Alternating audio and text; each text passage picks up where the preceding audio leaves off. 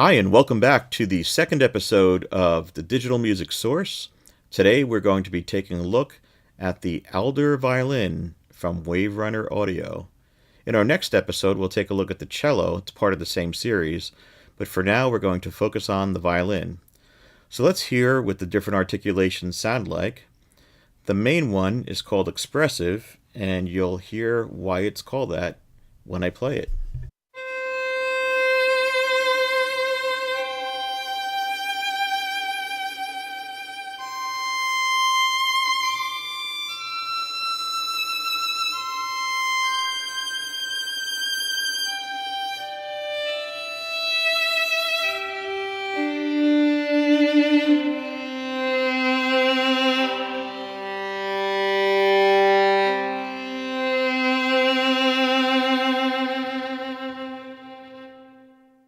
Has a really beautiful, strong vibrato that adds a lot of character to the sound and gives it that expressive sound.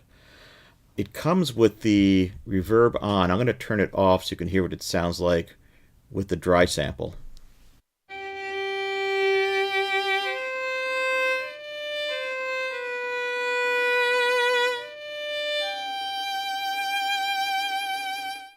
So it's very dry.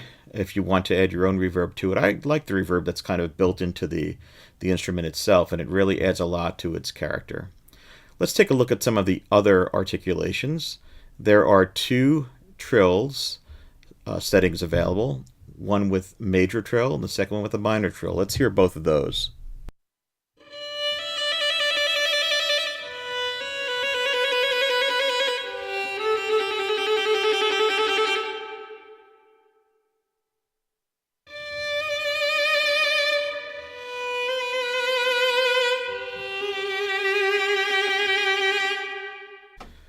Let's take a look at the next articulation. It's called Harmonic Sustained, and this basically allows the violin to just play harmonics, and it has a very soft, gentle tone.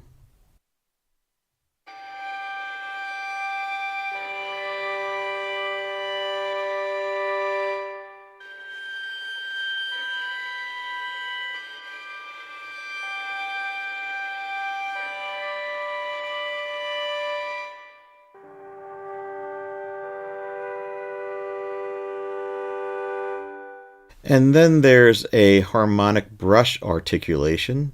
This one is a gentle brush of the string with a violin bow. Let's hear how this sounds.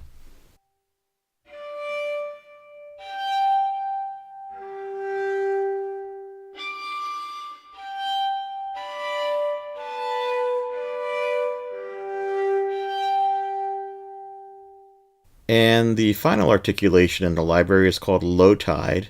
This one's really interesting and one of my favorite. This one begins by playing a gentle, then stronger vibrato, and then moving into some other articulations that seem to be random. Let's hear what this one sounds like.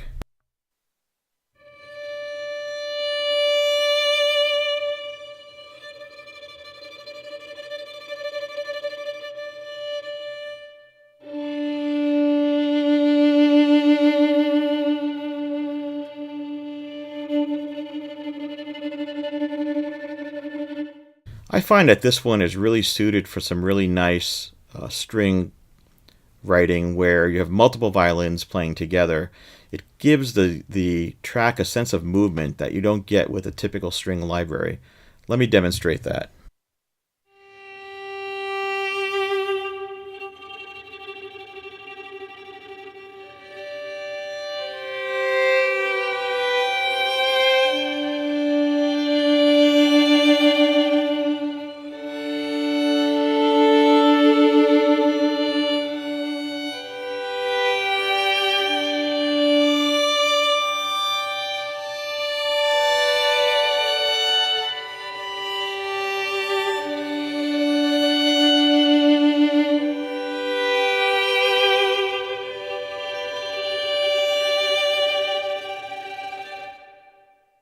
So that's Low Tide.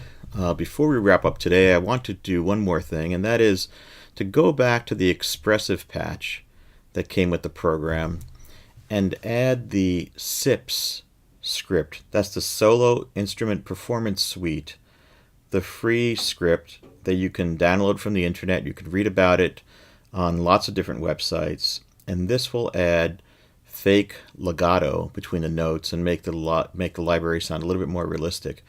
I've been using SIPS and WIPS, its companion script, from a number of years to take the built-in Kontakt library and add some legato between instruments, and they actually sound pretty decent. They sound good. We could thank Bob Villawak for creating these scripts, the late Big Bob as he's known. He did a wonderful thing and contributed to the community by making these available for free to everyone, and by adding them to this library, you'll hear what this sounds like.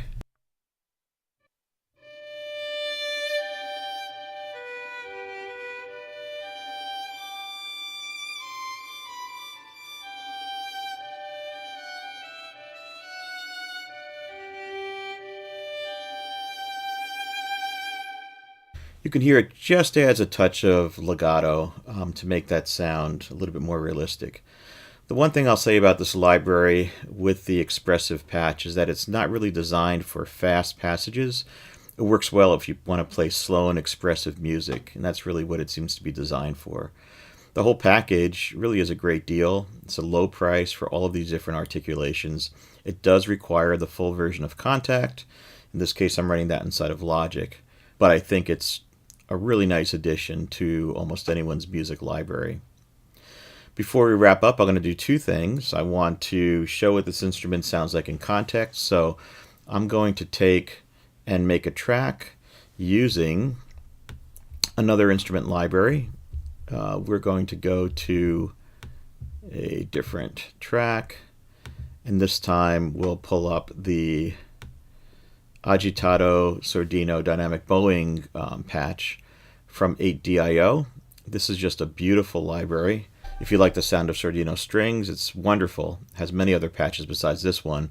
But what I'm going to do is I'm going to lay this down as a track with two chords, just going from C to F minor and back again to C and F minor, and just loop that a bit. And then we'll play the Alder Violin on top of it to see what it sounds like within the context of an actual piece of music.